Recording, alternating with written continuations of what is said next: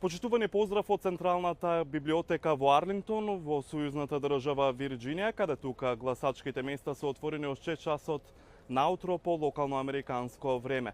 Американците одлучуваат меѓу Доналд Трамп и Камала Харис, кој од нив да биде 47-миот председател на Соединетите американски држави и да има мандат од 4 години во Белата куќа. Покрај ова, американците конкретно на ова избирачко место избираат и сенатори и локални самоуправи, како и одлучуваат на прашања што се однесуваат за транспортот конкретно во Арлингтон, јавните училишта и градските паркови.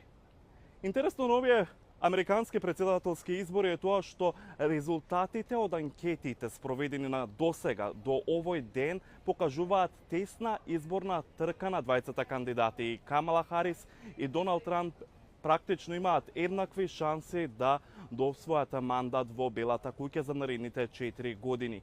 Американците своето право на глас го искористија на предвременото гласање, а податоците покажуваат дека во тој период гласале најмалку 81 милиони американски граѓани или повеќе од половина од 158 милиони американски гласачи кои го дале својот глас на последните избори во 2020 година, кога Џо Бајден освои мандат од 4 години.